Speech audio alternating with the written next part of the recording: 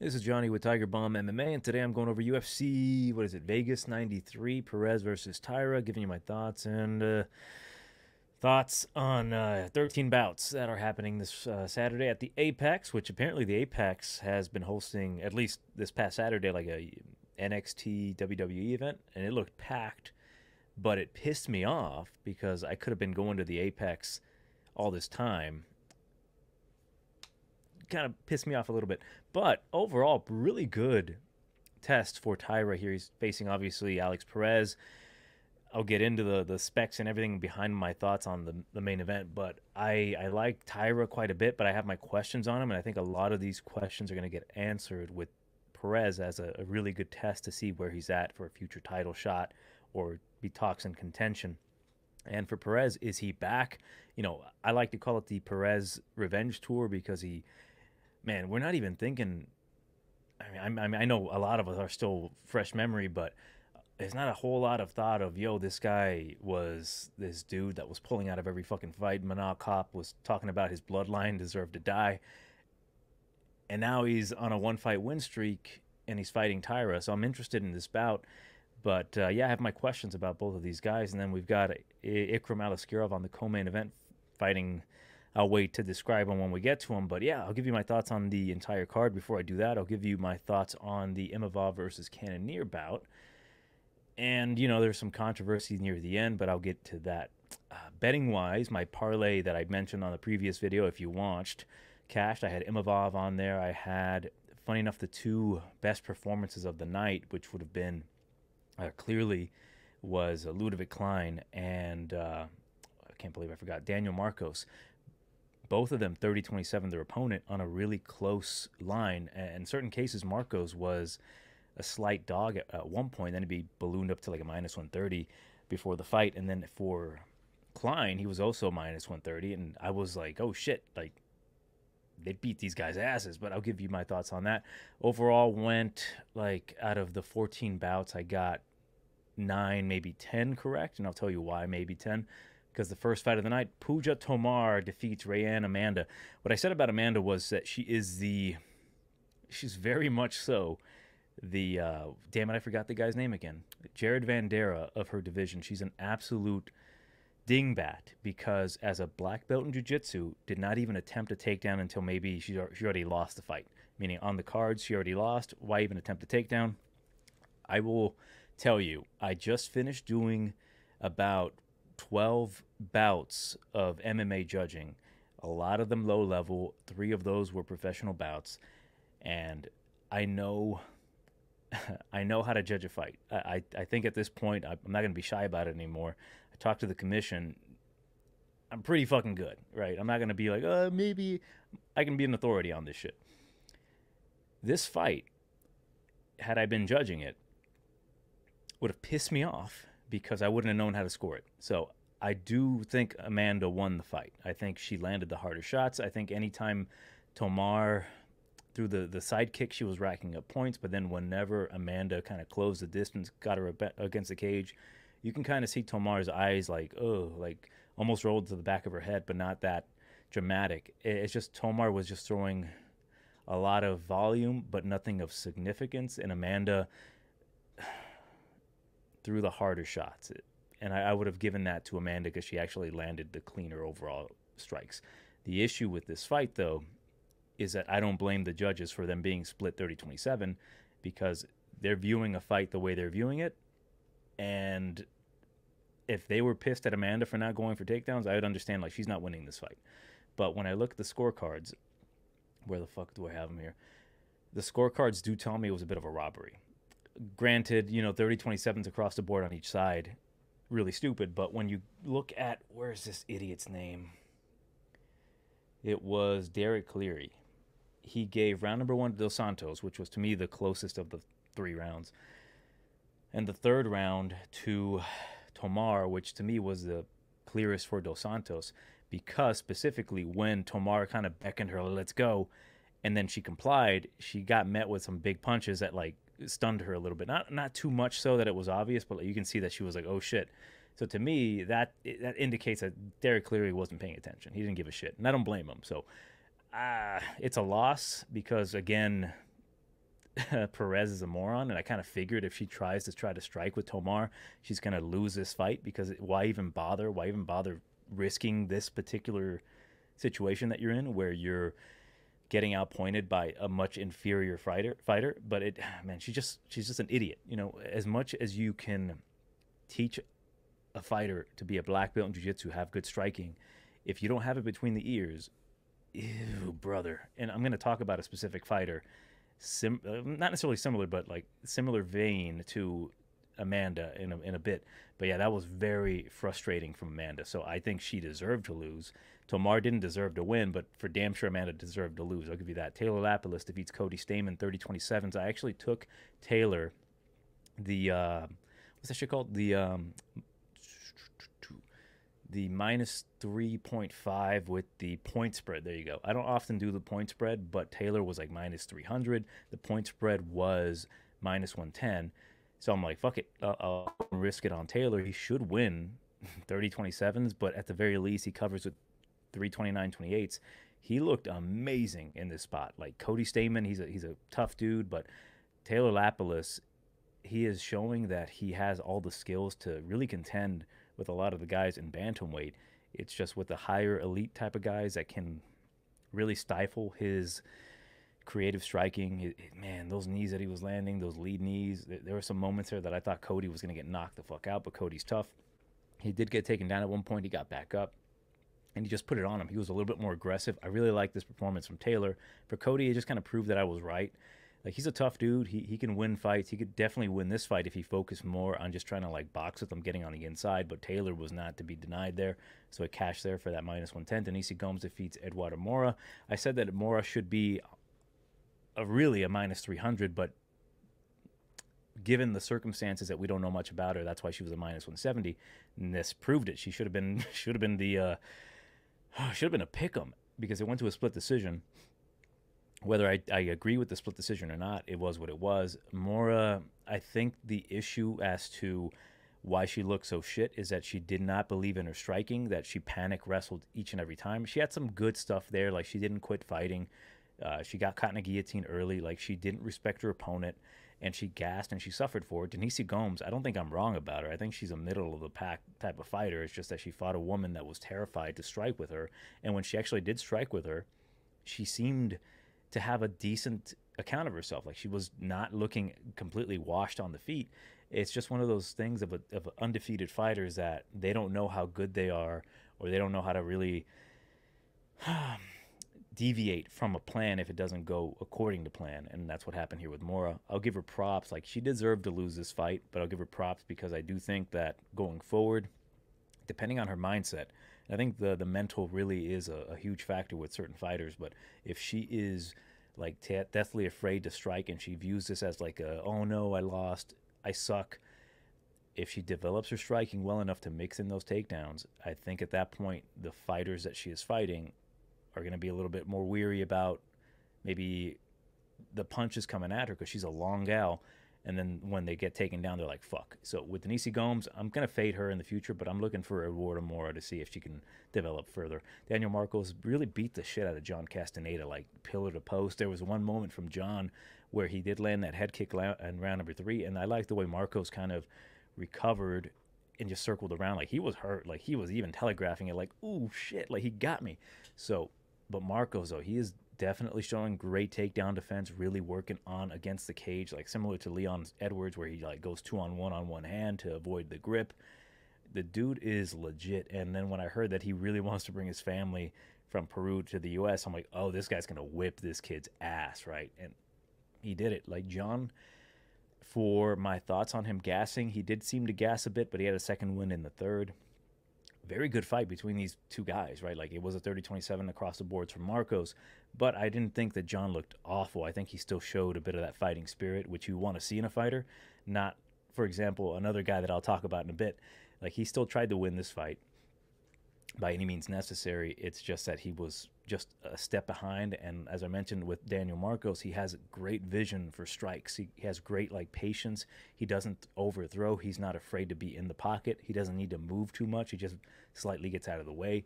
That kind of stuff is very valuable for a good striker. Montana De La Rosa defeats Andrea Lee. I actually took Montana I wanted to get her plus 125, but I think by the time I got to the line, it was a plus 115. But it's not enough money that I laid on her to feel like, oh, I should brag about it. It's just a throwaway, enough money to like maybe gamble on the NBA. So she ended up cashing there via split. I didn't think it was a split. I think Andrea Lee looked good early, but Andrea Lee, she so desperately wants to prove that she's a good fighter, right? And she proves it in the first round. Like she proved it here that she's still got it. But it's almost like she's a not a gym bully, but a gym star. Like you can still tell that this woman has the skill set. But at a certain point, like her mental and maybe even her physical just don't react as well past a certain round. Montana was looking like Montana Mayweather out there popping a jab, kind of landing the better shots. She actually ducked under for a takedown attempt, and then she came up with an uppercut. I was like, damn, Montana, baby girl. So, yeah, Montana ended up winning this one because, as we know, this would have been 3 straight women's MMA bouts that the underdog won. So I'm like, why not another one? It just is what it is, man. Like Montana, I think that her skill set has always been kind of capped. Like she's a good wrestler, good jiu-jitsu. Her striking's okay. She always gets her nose bloodied, so that's always rough on the judges, of course. Like if, say, Andrea Lee pops her with one solid punch and doesn't throw anything else for the rest of the round, that blood's all over at Montana. Are they going to give it to Andrea? That always worries me with girls or people that bleed like that. But yeah, Montana showed that she's still got it. She's still 29 years old. But yeah, we'll keep an eye on Montana with higher competition. Brad Katona defeats Jesse Butler. Butler had nothing for Katona. Nothing for Katona. And yeah, I can't say anything more about that. Prates defeats Charlie Radke. I was interested in this bout. Didn't bet Prates because I was a little, I did say specifically I think he's going to have a much better performance here. And I think the performance from Charlie, his last fight, was a little deceptive. But I still believe that Charlie is pretty legit. I think he's still got a lot to learn going forward, being a little bit more confident with his striking. But the way he looked against Carlos Prates, it wasn't god-awful. It's just that Prates looked undeniable, man. He walked him down. The way he threw that knee to the body of Charlie Radke, like he waited, he saw the opening. Mother of God, like the level of disrespect in that knee was just, I can't even put it into words. That was a beautiful performance from Prates. That's what I wanted to see from him. I thought he was going to do that in the second round because I thought Charlie was going to try to crash into him and try to put hands on him. I think Charlie did maybe land that left hook, but not uber powerful, not full rotation. But that knee from Prates was fucking ridiculous. And then when he was told about it, he's chain smoking outside. I'm like, and then, oh yeah, and he talked shit to Bilal Muhammad. I'm like, dude, this might be my new favorite fighter. He just landed the F word killer on the F word. Oh, with the knee, I guess. The tiger knee to the belly. Jesus Christ, man. I've landed something similar on someone before. And it doesn't take a whole ton if you hit the liver just right. But like I was in a kind of defensive mode. Someone came at me and I kind of like jumped and hit him in the belly. But it turns out it was just my cousin trying to scare me. I freaked out. I just like, flying kneed him to the belly. And it doesn't take a whole ton to hit the liver and to come crashing. But when he landed that shit on Charlie, I was like, dear God. Like Charlie's not going to be able to drink for weeks. Ludovic Klein defeats Thiago Moises. Thiago Moises, I'll get to my thoughts on him, but he had on a couple of occasions dead to rights takedowns. Like Klein's going to hit the ground. And I don't know how the fuck Ludovic Klein did it to recover and sprawl his fucking body all the way out to stuff those takedowns. That was the most impressive thing from Ludovic Klein. I was like, oh my God. It's like you're watching a film and it's like they spliced a frame out where in one frame it shows Ludovic Klein up in the air, his ass is about to hit the ground, and then they cut out some data, and then the next frame it's like his legs are sprawled out. Like, how the fuck did he do that? Thiago Moises, what I've been talking about him, mentioning it as of late, is that he has kind of like a quit mode. Like it engages. Quit mode engaged Thiago Moises. And what I mean by that is I don't think he doesn't want to win. I don't think he doesn't stop fighting. I think he knows he's going to lose. I think he fights to not get finished and fights to look like he hasn't quit. I don't know if it's a mental thing, but I see it quite often with Thiago Moises, where if he's not having success, he doesn't do certain things that he has to do to. And I'll give you an example of who I think does this. He doesn't do the certain things he has to do to make this fight his fight, meaning that he could have gone and brawled a little bit with Ludovic Klein, done a little bit different techniques, like just say, fuck it, I'm a fighter. I think he's a martial artist for damn sure. On paper, he is a very good martial artist, black belt in jiu-jitsu, good grappling, good takedowns, good striking. The guy's legit, but he doesn't have that in him to make this a dogfight. And that's where we're talking about Elvis Brenner. Elvis Brenner, on all accounts, is quite possibly a worse fighter than Thiago Moises on paper. Like, he's got similar attributes, but what I've come to realize is what he does have is the fuck you, I'm not going to stop fighting, where you can beat his ass, but he will still come after you trying to finish you. And that's the difference that I see with, like, say, for example, as I mentioned, Brenner and Moises. Moises, when he enters that quit mode, it doesn't look like he's given up, but he understandably knows he's not going to win this fight, and he's just going to do the bare minimum to make it look like he is still competitive, and it doesn't look well. Like, it'll confuse me and others to think, like, oh, Thiago just got beat by a very solid fighter. Yes, for damn sure Klein is, but what's to stop him from doing this with another person that, say, his takedowns don't work and the striking's being a little iffy for him? Is he going to enter that quit mode again? That's what I worry about Thiago, because when I saw that against Benoit Saint-Denis, I'm like, dude, why did you quit against this guy? Like, you could have done better. You could have hurt him. You did hurt him.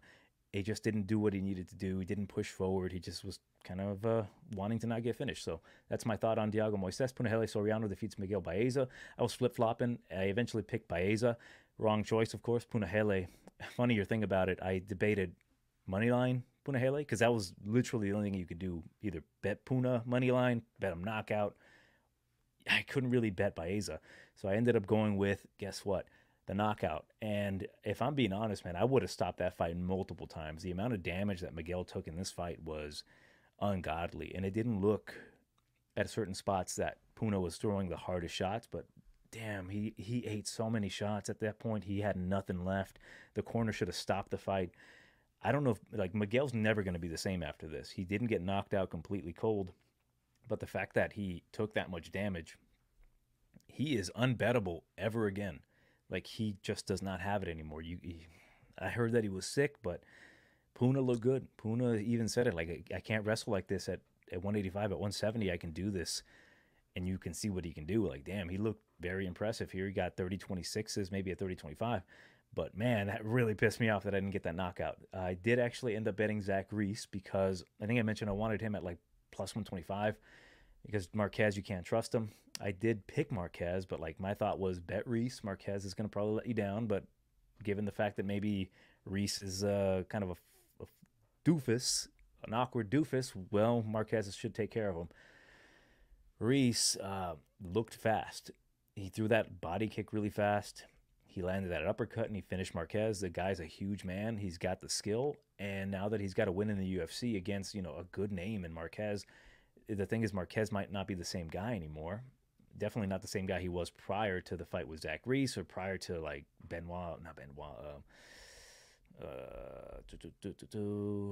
what is his name? Powerbar? Marc-Andre Barrio? Like, Julian's just, he's not the same guy. Like, he went to the MMA lab. They couldn't fix him. Granted, he got finished real quick here. It kind of sucks, but Zach Reese, what I wanted to see from him is that bang towel striking, and he did look a little speedier.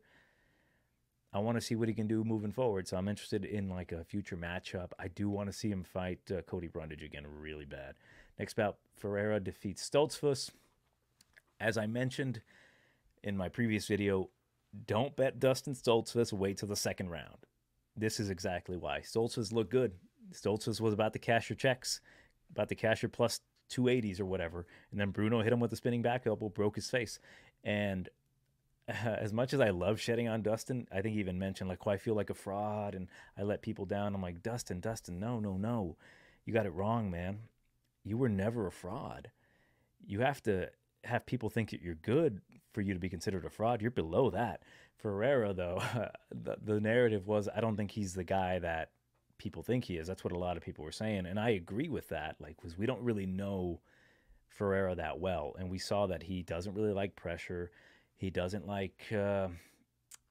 really like striking when his striking's not particularly working. I think Dustin was looking pretty good on the feet, and then Bruno just hulked out, hit him with that spinning back elbow, and finished him.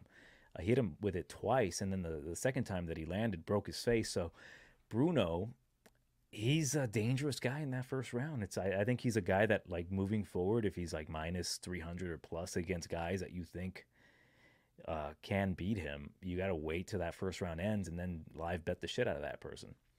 He's always capable of getting a finish. Raul Rosas Jr. defeats Ricky Turcios. Ricky deserved to get his ass whooped. And granted, like, I love the shit talk. I actually liked when Ricky's like, oh, like, fuck you. And then he threw that kick. I'm like, oh, come on, dude. Like, he's trying to give you the hand. But Raul Rosas got caught in a rear naked choke. And the funniest thing was, I was like, no, Raul, because I had him on a parlay with another dude. I'm like, no, Raul, fight the hands, fight the hands. He's like, I got you. His fucking chin protected his throat from getting smashed. And he's just punching this fucking dude. And he gets out of it. I'm like, I've misjudged you, Raul. You may have actually dominated Aljamain Sterling with that kind of chin. I'm like, I never thought about, like, how are you going to choke this motherfucker out? It's never going to happen. So I'm thinking, yeah, Raul's going to knock him out because Ricky, as I mentioned, he's kind of got like a magnet for the left hook. And I'm like, yo, Raul's going to like crack him or he's going to dominate him. He takes his back in the second round after having a split round with Ricky. Ricky's a tricky dude, man. It rhymes and all, but he's a tricky motherfucker because of that. Like, he can definitely take your back. He can scramble. He's a solid dude, but he's a moron. But then he gets his back taken, and the way that Raul adjusted the grip and got the choke on Turcios was super impressive. The other thing that pissed me off about Ricky, I'm like, this guy's a fucking idiot. He tapped with a closed fist.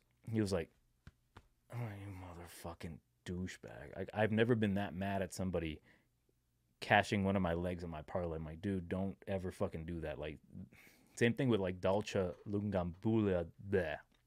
Did that, I believe. Or no. It was Razak Al Hassan. Uh-oh. Did I mix those two up? Razak Al Hassan starts tapping on Joe Pyfer with, like, he's punching him, and then he goes out. I'm like, you stupid motherfucker. God, like, don't do that. Should tap accordingly because shit could happen. Dominic Reyes defeats Dustin Jacoby. Dustin was on my other parlay. Oh, Dustin, you moron. He always finds a way, right?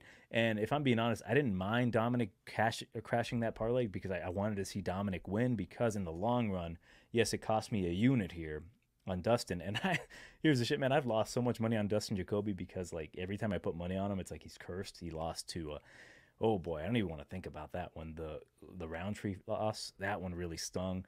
The Menafield loss also really stung. And then this one didn't sting as much because I kind of learned my lesson to an extent. I might still lose money on Jacoby. We'll see. But he bum rushes Reyes, and then he gets counter-lefted. And then Dominic just unloaded on him. But why I'm not so upset is because the investment in Dominic Reyes now that he's going to get a new contract, think of all the money we're going to make fading Dominic Reyes getting knocked out. Give him Olberg if Olberg loses with Jamal Hill, which I actually kind of met in the fights that I judged. He was there supporting some local dude, and then he accidentally, like, bumped his ass on my shoulder, and he's like, my bad, dude. I'm like, he just like scurried away. I'm like, I was gonna say something, but, like, whatever. Oh, Stotts was there too, Rufion Stotts. But anyways, back to Dominic Reyes. Yeah, we're gonna make some money fading this guy in the future. Nasruddin Imavov defeats Jared Cannonier. Very simply put, Cannonier deserved to lose based off of his wall install style. What a fucking moron. He should have struck with Imavov. He was doing really well against Imavov. But as a person who bet Imavov, I had a unit bet on him, and I needed to cash his parlay. I actually had a 1 1/4 unit to win a unit back on Imavov, and then the parlay. As a person who had money on him, I was like, okay, whatever. But yeah, he was just holding him up against the cage. And he gassed himself out a bit because he doesn't have grappling cardio, but he does have striking cardio. And he decided to grapple with Imavov. And Imavov, I think he looked really good. It was like the opposite of what I thought was going to happen, where I thought Imavov would slow down in the later rounds and then Cannonier would take over. It was actually the opposite because Cannonier gassed himself out trying to hold up Imavov against the cage. Imavov still had some life to him. Jared was tired, and then he gets TKO'd in the 4th round. I didn't have a huge issue with the stoppage, maybe because I'm biased, but I've seen much worse stoppages for real. Like Cannonier was a little pretty rocked, and I do think that it might have been a tad immature, the stoppage, but it wasn't the most egregious thing I've ever seen. Imavov was gonna hurt him pretty bad, and with Cannonier, he did not look like he was recovering very well. He was still on his feet, but he was rocked. But yeah, would I have loved to see Cannonier get punished even further for a wall install? Yeah, but money's money, and I got my money. But yeah, let me get started on this Perez Taira card before I have to get the fuck out of here. Let's see here. First fight of the night here, Shailin Nuerdanbieke versus Mel Costa. Minus 180 for Costa. Comeback on Nuerdanbieke is plus 150. I went back and forth on this one. Ultimately, you know, they both, what did I call it? I think most people know what this is, but it's the Garcia children's fight. So Steve Garcia beat the shit out of both of these guys. I think Mel Costa got the worst out of that because he beat the shit out of Mel Costa. But Mel showed some things in that loss that I really liked because he fought kind of like an idiot against Steve Garcia. Steve, he's a good boxer, good wrestler, good grappler. He's fucking mean, though. Like, he's the mean machine for a reason, and he fights like that. But he fought like an idiot. He dressed like a clown. His hair was colored like a clown. He walked out to clown music, and he fought like a clown because he tried to just grapple with Steve Garcia, and he couldn't take him down. But I at least appreciated that moving forward that he can do that. I know how well he can strike. He's very clean on the feet, very fluid. Nuerdanbieke hits fucking hard, very good wrestler. I just think that there's ways to beat this guy, and if he stays on the outside, Mel Costa does, and just kicks him from the outside, mixes in his own takedowns. I actually like the way Costa was able to get back up against Thiago Moises. He put up a good fight at 155 in his debut. I think he's just a really good striker. I do think he can grapple. I think he's just much better on paper than Nuerdanbieke. And also, when he did get finished by Garcia, some people might look at this as a negative, but I did like that he got put in a choke. He was covered in blood because he got hit with a nasty elbow. He got put in a choke. He fought off the choke. He could have just said, I'm done, man. Like, this is it. Like, I'd rather tap out and go about my day, but he fought the choke. I respect that. Again, covered in blood. Then he gets hit with some nasty fucking elbows that puts him out cold. Like, these were vicious, vicious elbows. He wakes back up. The first thing he does, shoots for a single leg against the, I forgot his name, the referee. I like that about him. Like, it shows me that he is a fighter. And Nuerdanbieke, he got hit to the liver. Granted, that sucks ass. He just curled up in a ball. So that's kind of like in the back end of my mind, like, maybe Costa's not going to quit on this one. But I do like Costa just because he is going to have the length. He's going to have the reach advantage, the height advantage, the striking advantage on the outside. It's just Nuerdanbieke, if he gets these takedowns, thing about Nuerdanbieke, if he's able to get you to the ground, his cardio is going to be fine. If you force him to strike with you, if you attack the body and you make him work with the grappling, he will slow down. He's a muscular dude, but he's a very solid guy. He's a very solid fighter, and he does have a ton of power. I really like the way he's not afraid to strike with guys. He's the guy who actually retired Derek Minner. God, I wonder what Minner's doing right now. Anyways, Costa, I think he's going to do that. He's going to keep him from the outside, stay away from him. I think he mixes in his own takedowns. I think this is going to be the defining performance of Costa, either in a positive way or in a negative way. If he is fighting to his full potential, where he's not afraid to strike with guys and he mixes in his own takedowns, he's going to completely cover his price tag. But if he is still having some residual effects from that previous ass whooping and he just tries to grapple and he doesn't try striking here, which I doubt is going to happen, there's a good chance that Nuerdanbieke could just take him down, easily control him after maybe the second round. And that's what I worry about the most. I know in the first round, Costa's going to get back up, but will he give up easy takedowns? My guess is going to be no. I'm going to go with Costa by a decision, possibly a late finish, but I'll go with decision here. Next bout, we've got Julia Polastri versus Josephine Knutson. Knutson is minus 225. Comeback on Polastri is plus 185. Let me check my notes here. Give you a quick breakdown of what I wrote down about Polastri. Good striker. She's scrappy. I like that about her. Whack takedown defense, and I wrote that she has more balls than skill, which it could be a good thing or a bad thing. Like sometimes skill isn't as good as having them balls, and I think Julia, she's got the balls to go out there and like bang it out. Like if she's not the better striker, she is going to land something big, take your ass down, even though she's not a great grappler, and try to finish you on the mat. Like that's what I do like that about Polastri here. As for Knutson, what did I say about her? Actually, Polastri, good kicks, good cardio, Muay Thai background, good jab. She's a little too sloppy. And all I really wrote about Knutson here is that I think she's just super technical. She has a striking background, a kickboxing background. She's really good in the clinch. I just think she's just too technical for Polastri. And granted, she's only 7-0. There's the possible chance that that technical side of Knutson could get outpowered just by Julia going buck wild on her, but I don't see that happening, mainly due to Julia's takedown defense. Has it improved? Sure, it has. Has her grappling improved? Definitely, I bet, but I don't think it's going to be enough for Knutson to have not really prepared for. I think she's very well-rounded, and I think they're giving her a girl here in Polastri to really demonstrate how good she is, where she could potentially get a finish, but she should have finished Marnik Man, but she didn't.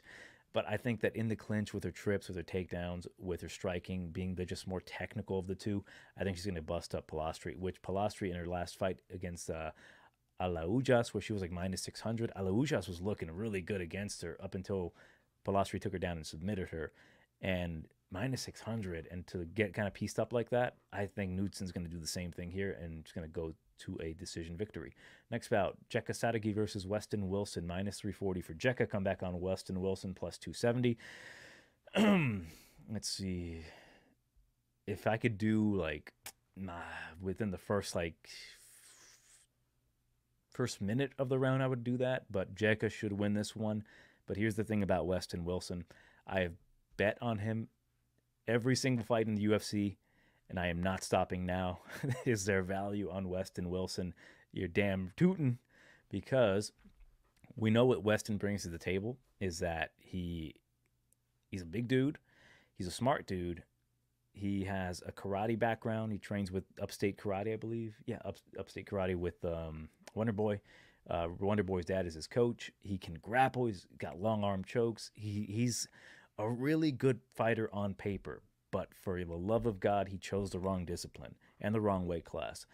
I think he should bulk up, move up to 185, learn how to do Muay Thai, and I think he can be super successful because he has a lot of skill sets, but like he keeps his hands low because of the karate background. I just think that he is not the type of guy that should have been doing karate. He should have been doing Muay Thai because he's so fucking long and strong. Jekka is an anomaly. I think he's super athletic. I think he's still very raw. He hits really, really hard.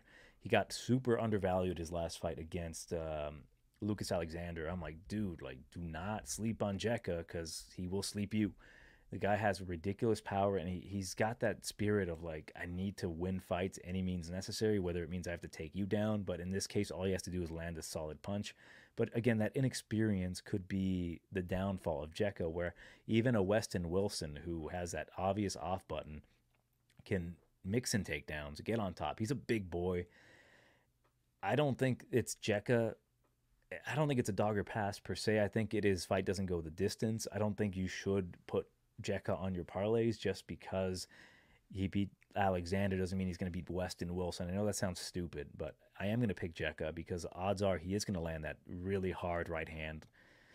Or is he a left hand? I don't fucking remember, but he kind of reminds me a little bit of Conor McGregor with his like stance, at least when I saw him on the road to UFC.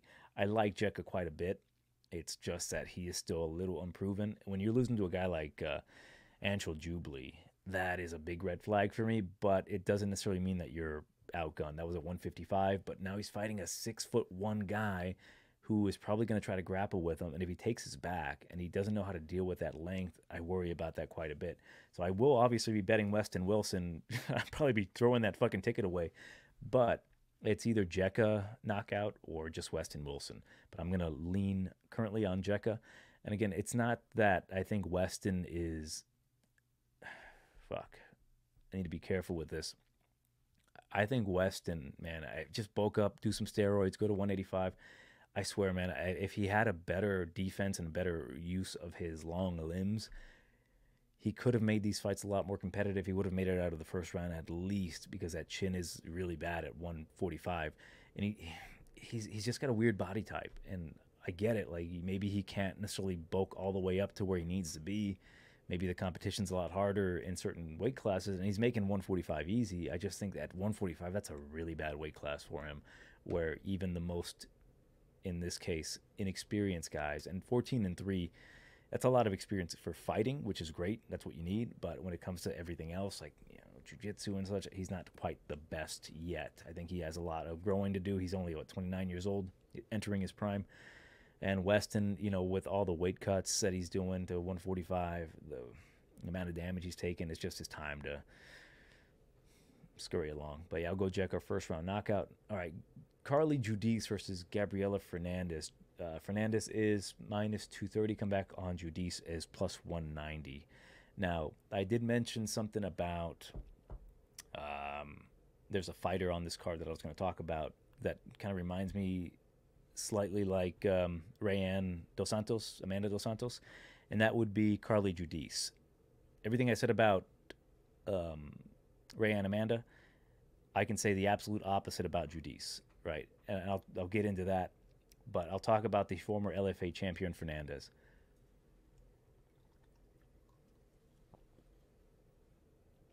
Minus 230 is concerning to me against a 3-1 fighter.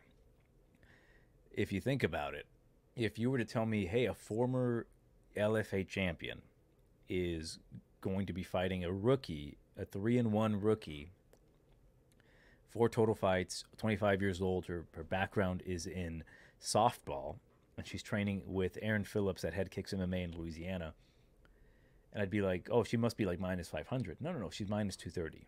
Why is that? Well, we've seen Gabriela lose 2 in the UFC, and she lost fights against grapplers. And my issue with Fernandes is I really do think that people are overestimating her skills. She is a black belt in jiu-jitsu, I believe. She's jacked as fuck. She's looking really, really big. Like, she's been doing her strength and conditioning, and she's been working on her takedowns. Her striking, the myth of her striking, if I will. She's got good footwork, good kicks. She hits hard. I just don't see the volume there. I feel like she doesn't really throw too hard too often. And I saw a clip of her fighting Teresa Belda, where she's kind of landing at will on Belda. But the issue there is that what happens after that against a girl with 0 striking in Belda, her striking's god awful. All she does is try to grapple with you, and she still lost to this fucking girl who was like 22, is that after she was done striking with this girl, where Belda was just like, oh shit, I'm getting hit. Oh, my hands are down. I keep getting hit. What do I do? Shoot for a takedown. She got the takedown. I think Gabriela Fernandes is on paper obviously the better fighter. But when I watched Carly Judice, and when I mentioned Rayanne Dos Santos, is that Rayanne's an idiot. I don't think Carly has that idiocracy in her. I think she's a natural fighter, and I really think she might be an absolute natural at MMA. The way I see her fight, like, she had 3 fights and she fought in the Contender Series against, what the hell was her name? The girl who I bet. Yeah, Karakeita.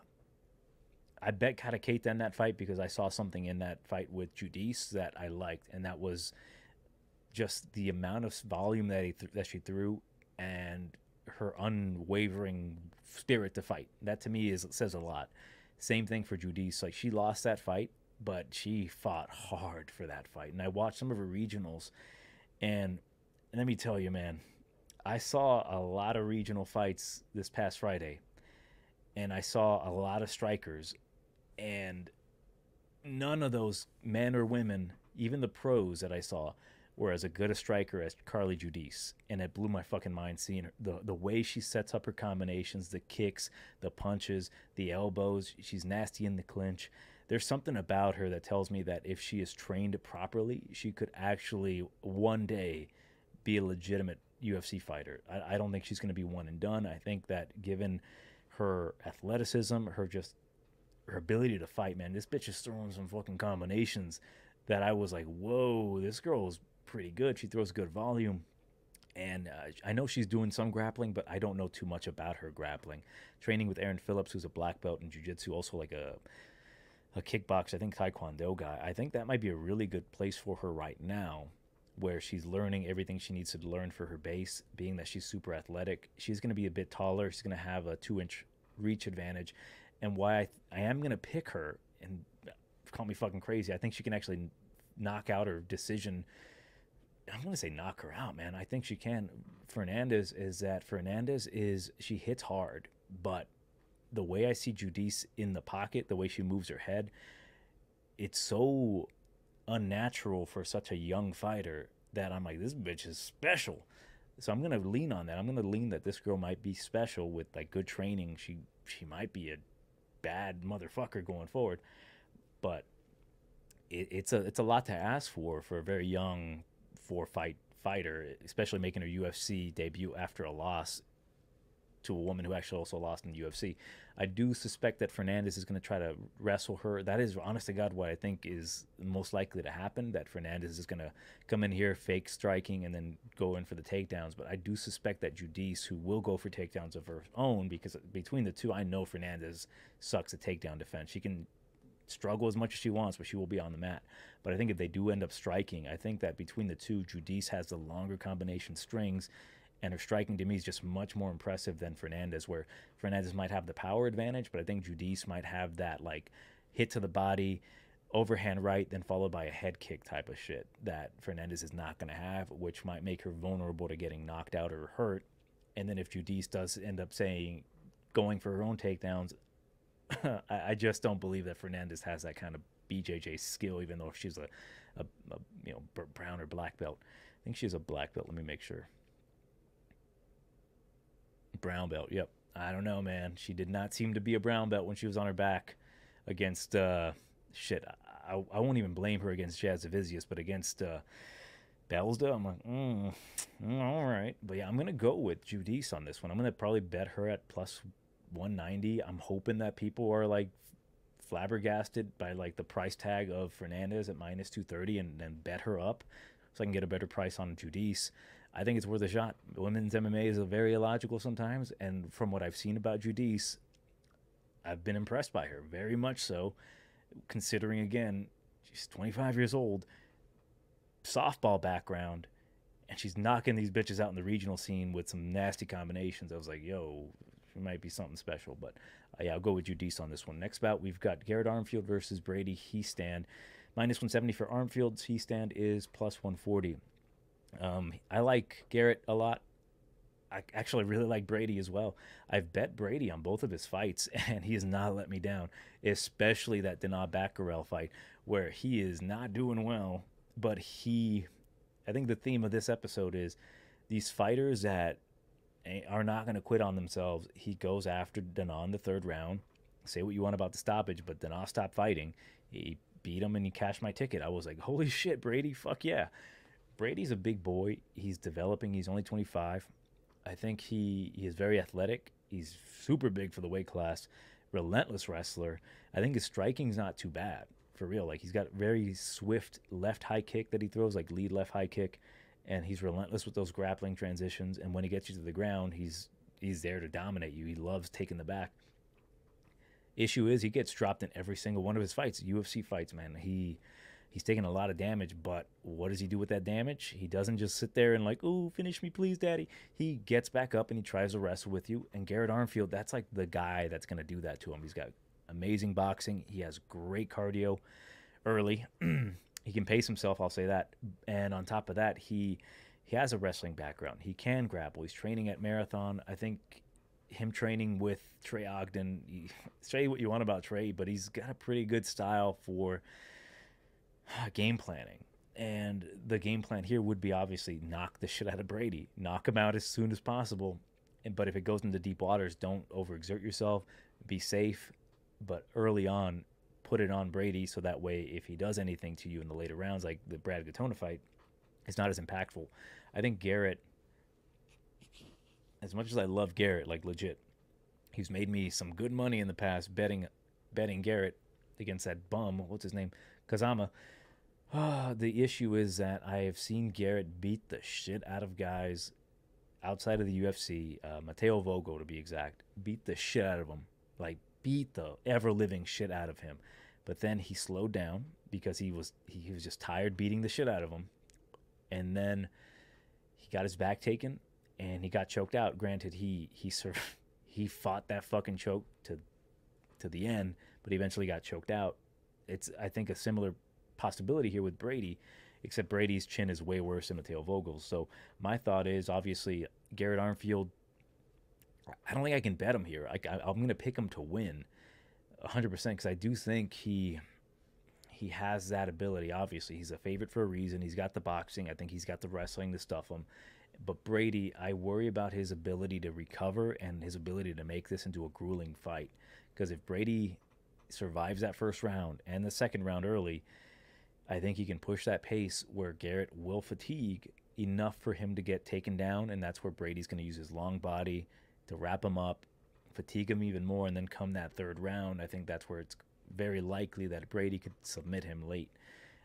That's what I do like about Brady the most, is that he is very, very capable of taking an ass whooping until his opponents just kind of get fatigued, and then that's when he takes over because he won't quit on himself. As for Garrett, it's not that he quits on himself. I would never accuse him of that.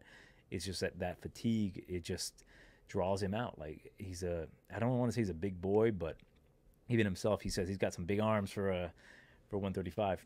I like Garrett. I'm going to pick Garrett. He has to, I think, win this one by knockout in the first 2 rounds. If he does survive and he does have the cardio to withstand everything and win the decision, I'd be very impressed, because that's always been my worry about Armfield, is that he will slow down later in the rounds because he is so good at boxing that his opponents try to take him down, and then he kind of fatigues himself a little bit by stuffing these takedowns. And when we got a guy like Brady, who all he really wants to do is get on top of you and whip your ass, it's a very dangerous fight for Garrett Armfield if he doesn't finish him early. So I will take Armfield by knockout in the first round. Not the most confident in that, but for me, I think it is going to be a bit of a Brady round number 2 live bet going forward if he survives. There's also a good chance that Brady looks really good early, because I see a lot of potential in Brady Heastan. It's just his striking's not too bad. His wrestling's really good. The worst thing about him is his striking defense. That is like the worst shit about him. When he fixes that, I think he's going to be capable of standing with a lot of guys.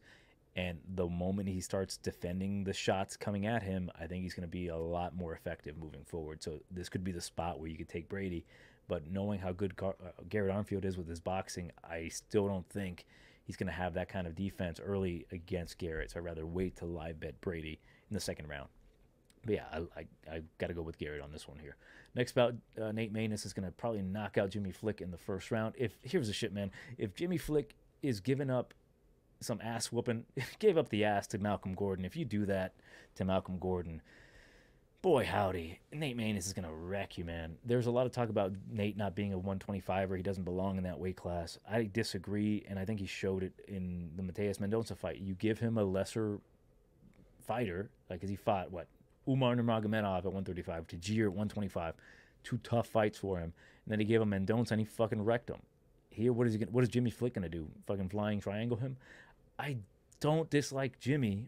It's just, man, like, he's not athletic enough, and the fighters that he's fighting right now are gonna be really tough on him, especially these good strikers who know that Jimmy, all he has is going for a submission and a takedown, and he could barely get past Malcolm Gordon, and I bet Jimmy Flick, and I was like, Jimmy, you motherfucker. But yeah, I got Nate Maness to avenge Malcolm Gordon here in the first round by knockout. Next bout, Joshua Van versus Tajir Ulanbekov. Minus 225 for Ulanbekov. Come back on Joshua Van plus 185. What I'll say here, I'll speak mostly about Joshua Van because I will be picking against him. Joshua Van's a nasty motherfucker. He is absolutely nasty. He's filthy with his boxing. He attacks the body beautifully. Man, like, I love the dog that he brings. He has shown me that I was super wrong about picking him against Zhalgas Umagulov, because the Joshua Van I saw outside the UFC is night and day compared to the one in the UFC. This guy is wrecking dudes really badly. The Buness fight, especially, like, Buness is a good striker, But the second round, Joshua Van, when he wakes up, he starts whooping that boy's ass so bad to the body. That's the most important thing about Joshua Van in this fight. I think he has to attack Tagir's body as soon as possible. I don't think Tagir, minus 225, I don't think he is all that great. I really don't think he's going to be a featherweight champion or a flyweight champion anytime soon, just because visually it's just not quite there. Like he has the wrestling, he has the grappling, the jiu-jitsu, the striking's meh. He eats a lot of low kicks. I think there are guys that can exploit him. Shit, Bruno Silva. Is it Bruno Silva? Yeah. Where did he go? Yeah, Bruno Bulldog Silva. I thought he beat Tagir. I think he chewed up his legs. I think he was able to out-grapple him at certain spots. I think he looked better on the feet. And I think Joshua Van has a good chance to beat Tagir, but it's a lot to ask for a 22-year-old kid. Man, he's so fucking. You have no idea how badly I want Joshua Van to win this fight, like so bad. But I think the way he wins it is he has to invest to the body early. The issue and my biggest reasoning why I'm going to pick against Joshua, I'm going to take Tagir to win this one, more than likely by a decision, is that Joshua, he is kind of a slow starter. He's kind of demonstrated that. He doesn't show out into that second round, and in that first round, all that Tagir needs to do is win it, and then win the second or the third.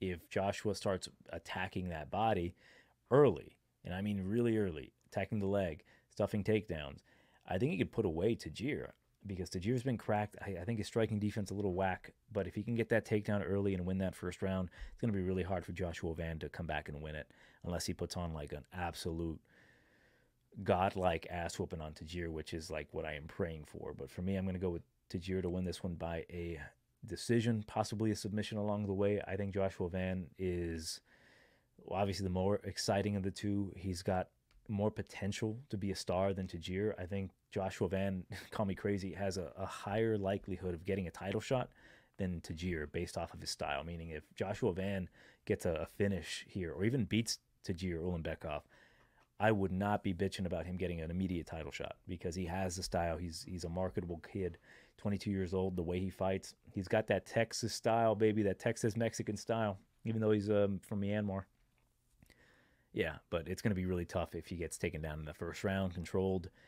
Tagir, all he has to do is get a second takedown, back control, either second or third round, and then he ends up winning this fight. All he has to do is skirt around, pussy out. But man, that Joshua Van knockout would be delightful. Next bout, we've got Adam Fugitt versus Josh Quinlan, minus 110 on each side. I don't have much to say about these guys. Both guys have been not doing necessarily well. I think Adam Fugitt has done decently well, in the sense that he actually beat a quote-unquote prospect in the UFC. But I think Josh Quinlan, he's fought two long-rangey guys recently who are strikers in Trey Waters and left-handed god Danny Barlow.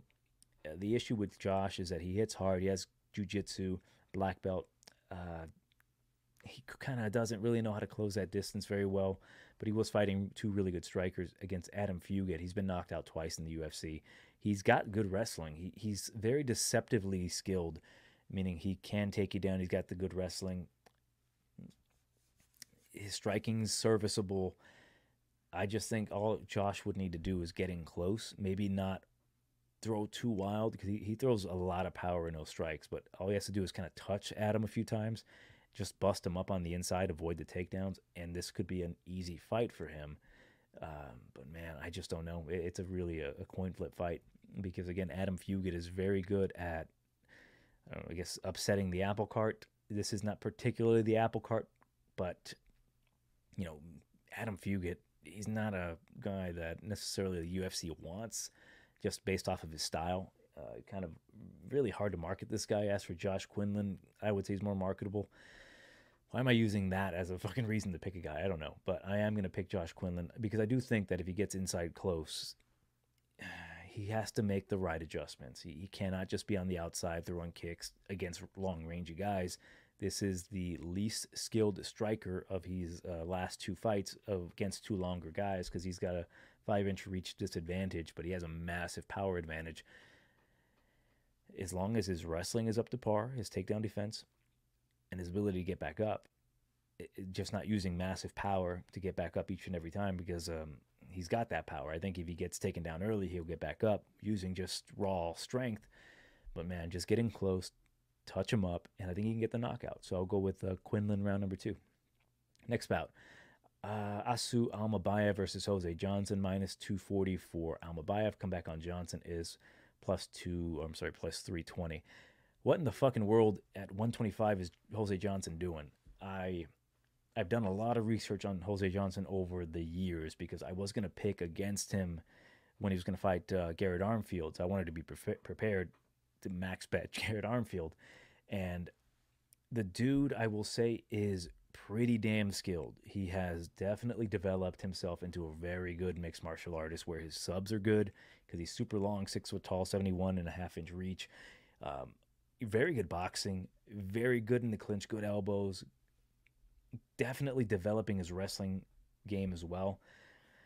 My issue with him is that the number one way to beat Jose Johnson is to put him on his back. But what makes me a little weary here, because Almabaev, that's all he really has is his takedowns. He's pretty good at them too. He's 5'4". He's gonna have fucking 6.5-inch reach disadvantage. Will Almabaev be able to get past those lanky legs of Jose Johnson and avoid getting submitted or gas himself out trying to like take him down because he's a fucking giant? The other issue with Jose is that as I've seen him fluctuate in weight, he's never gone to 125. He's been at 135, 145, and I think he's fought at 155. The higher he goes up in weight, the nastier he becomes, meaning he has nasty knockout power at 145. But I think because of his body frame and, you know, he's kind of a bird chest, he gets taken down quite a bit. I think 100% he's dropping to 125 to be a weight bully because I think his skill set does translate well against smaller guys trying to take him down because on the outside, he's going to just keep him on the outside, trying to pepper him with jabs, kicks. If he gets taken down, he'll attempt a choke with those long arms. He'll try for triangles. It's hard to... Man, if Jose Johnson would have fought at 125 before, I would have pulled the trigger on him.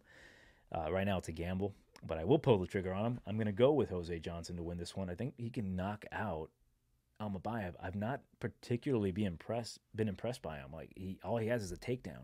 If he can't take you down, all he has is another takedown. He can't really strike. He won't be able to strike with Jose Johnson. He won't be able to reach his fucking chin. I think Johnson's got a good chance here as long as he doesn't look like he's dying at 125. Like I've seen him, he's always been a slim guy. Shit, that dude, Ronnie Lawrence was able to take him down repeatedly in the Contender Series, which pissed me off because I thought Jose was going to run through him. If that happens here against Almabaev, just he takes his back and just takes him down multiple times, doesn't do any damage, that would be the worst. But at least I'm losing money at plus 320 than like a pick 'em. But I think that Jose Johnson, as he's progressed in age, and knowing that all these dudes want to do is like take him down, he's gotten a lot better. And he's not necessarily fighting a guy like Damon Blackshear, who is a devastating wrestler grappler. Almabaev, you know, he's just a smaller version of he's just this really tiny version of like a Khabib type prior to the UFC, where all he did was try to take you down. I'm going to go with Jose Johnson just as a long shot. I'm probably going to take a little stab at him, but nothing too serious. I'm not even gonna track it because I'm like, I don't want to embarrass myself. Next bout, it is Miles Johns versus Douglas da Silva de Andrade. Don't care about this fight mainly because Miles Johns, he beats a loser in Cody Gibson, which I bet, and that makes me a loser. But I bet Cody Gibson because I thought Miles Johns gasses himself out and he's kind of an idiot. He has one good performance, and now we're talking like he's got a resurgence. Maybe not. I don't know. I think he should still be the underdog here. Douglas da Silva de Andrade, he's 38 years old. He's minus 115, slight favorite. And I think the power is going to translate on his end. I think he's going to be able to stuff the takedowns. I think with Miles Johns, he's definitely improved. And I think leaving Fortis and going to Marathon, it really helped him kind of get his mind into game planning. Like, hey, don't blow your wad, trying to get dudes down, try to strike a little bit more. But the thing about Miles is that if he doesn't get the takedown and he doesn't implement his style, I think he panics, and I think that's where Douglas can take over. Meaning that, say, oh, I want to get the takedown because this guy hit me with a nice jab and he gets stuffed. He doesn't want to necessarily strike anymore. He just wants to be defensive until he can set up his strikes, quote unquote, to shoot for a takedown, which may get stuffed because Douglas is anticipating it. I've seen that happen quite a bit. Douglas, he's not going to quit fighting. He can get dropped, which he's been dropped a few times in his last few fights, but doesn't quit fighting. He hits ridiculously hard. His chokes are nasty. He's got good enough cardio. I think Chapo Johns gasses out eventually, and then Silva takes over in the second round. So I'm going to go with Douglas by second round knockout. No real science behind it. It's just more so continuing with the Miles Johns fade, because I do suspect that Miles Johns is kind of mentally weak sometimes. So if he can get through Douglas, here's the shit. If I can see Miles get dropped, rocked, battered, and then in that third round he's like, I'm coming out here kamikaze, I am not losing this fight, and he ends up coming from behind and beating Douglas, I'll be impressed and I'll reevaluate him. I don't think that's going to happen. I think he starts like writing his will midway through the fight, like, I guess I'll leave this to my mom and this to my dad, this to my brother, right before, like, he's knocking me out, okay, here we go. That's what I kind of suspect about Miles Johns, but we'll see. Next bout, we've got Lucas Almeida versus Timmy Cuamba. Minus 180 for Cuamba, Timmy Twilight, and come back on Almeida plus 150. I should say I do not like Timmy Cuamba. Me and some other people in the MMA Discord that I have, the TigerBomb MMA Discord, free to the public. We talk shit about everybody. But Timmy Cuamba is public enemy number 1. We do not like Timmy Cuamba because that fight against Mateo Vogel, I thought he lost that fight. And he kind of he fights in the Contender Series kind of like a pussy. He just skirts around the cage. He definitely landed some good shots, but then he just did nothing. And I'm like, this kid he's not going to get the call up. He doesn't get the call up. He's like, nah, you're too young, kid. You get more experience. And he gets called up late notice to fight Oki. Yeah, whatever. He didn't look great. Oki kind of whooped his ass. That was at 155. But if I'm looking at him, hate excluded, good wrestler, good striker, good boxer, very quick, hits hard. And at 145, he's going to be very much so the quicker, faster guy against Lucas Almeida, who doesn't move his head and is a bit stiff with his Muay Thai. And I like Lucas. I bet Lucas in the past, and he's let me down once. I faded against him, and he didn't let me down there. And I think he won't let me down here as well. I'm going to pick Timmy Cuamba to knock him out in the first round. I think early on, it's going to be, testing the waters. If Timmy does not come out here and just land quick combinations on him, establish his jab against Almeida, who, again, very stiff, doesn't move his head a whole ton, it's going to be very disappointing, because I am considering parlaying Timmy, not necessarily betting him straight, because I would never want to do that, but parlaying was a little different because he gets a little watered down with the other two people, or 3 or 4 on that parlay. As for Almeida, does he have a chance to win here? I think I don't know, man. I don't see it. I think Timmy's just a better athlete, much too quick for him, good head movement, and I don't think Timmy's going to gas himself out, and he does have the wrestling in the back pocket. But I do think that if Timmy wants to impress, he has to come out here, knock out Lucas Almeida in the first round. But if he doesn't, he's not going to necessarily gas himself out. I think he's got enough to take Lucas down and pound him out from there. So I will pick Timmy Cuamba outright, but I do suspect that he can knock him out in the first round. Next bout, Ikram Aliskerov versus Antonio Trocoli. Minus 900 for Aliskerov, Trocoli plus 600. You already know about Aliskerov. Great wrestler, very beautiful 1-2, great fighter. Like, his only loss is to Khamzat Chimaev, where he couldn't take him down, so he just uppercutted him to death. Trocoli, he is 6'5". He was supposed to fight that French dude a few weeks ago at 205, but now he's like making the drop to 185. Fun fact, never has won at 185. And my assessment on him is that he is definitely a skilled fighter. He's got jiu-jitsu background, very dangerous, very long, 6'5", 5-inch reach height advantage, and 8-inch reach advantage over Trocoli or over Aliskerov. My thought is Trocoli is kind of a talented fraud. Like, he looks impressive, but you see some of the guys he's fought like some fat featherweights at heavyweight. Like, he's just not fighting the competition that would make me think that he has the fighting spirit. And you look at his overall record and the people that he's fought. Let me actually go to it now. Where he at? It's crazy that he is the co-main event, and I just don't think he's gonna. He lost to Jacob Volkman, Jacob fucking Volkman, meaning that he got taken down relentlessly and he couldn't do anything. He lost to Diego Lima. Shit, and that's all at 170. So this guy he's trying to use his height and reach to bully smaller dudes, and I think that's the case here. Like he used to fight at 170, he's fought at 155, or not 155, just 170, 185. He's lost there, and then he got up to 205, where I think he's the strongest. Uses his jiu-jitsu well there, but he's not fighting good competition. I think this is an easy fight for Ikram to knock him out in the first or second round, takes him down. I think Trocoli might use his long limbs to avoid getting, completely smashed early, but I think it's going to be an inevitable thing that the only way Ikram loses is if he leaves his head somewhere exposed where he can get choked out, or if, say, Trocoli just runs at him with a flying knee, like Masvidal style. I just don't see that happening. I think Ikram is too good of a fighter to allow that giant doing that anything to him. Like, especially a guy that I don't think is uber skilled anywhere else other than just jiu-jitsu against weak competition. So I'll go with Aliskerov, round number 2, ground and pound. Next bout, main event, we've got Alex Perez versus Tatsuro Taira. Perez plus 165, Taira minus 200. My thought on this is, again, as I mentioned in the beginning, Taira, his toughest test quite yet, because Alex Perez, and I will say this, very good fighter, good boxing, good kicks, low kicks, good wrestling, good jiu-jitsu, solid fighter. Asterisks behind him, I think, obviously, because he had 3 losses in a row, and then he beat Mateus Nicolau, which I picked Nicolau because I thought Nicolau was not going to fight like a moron. And that's the thing. Him beating Nicolau, knocking him out, to me doesn't signify that he's back, right? Like, I'm not going to take that and be like, oh my God, Perez looked amazing. Like, he just knocked out Nicolau, a guy who's super fucking chinny, who I've said is super chinny. And on top of that, he didn't fight Nicolau. He fought the husk of Nicolau. I think the knockout to Royval damaged him severely, because what he was doing out there was just standing there avoiding Perez, and Perez just did the bare minimum to win the first round, and then he caught him with something goofy and knocked him out with one punch because he has a shitty chin. As for Taira has shown bursts of brilliance and then some levels of immaturity in the UFC.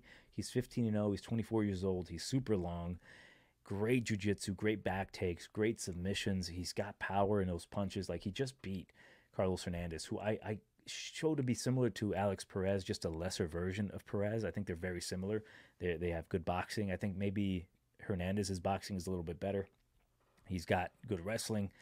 I think Perez's wrestling is a little bit better, more credentialed. And on top of that, they both have good jiu-jitsu, and Taira knocked him the fuck out. Like, he dominated him on the mat.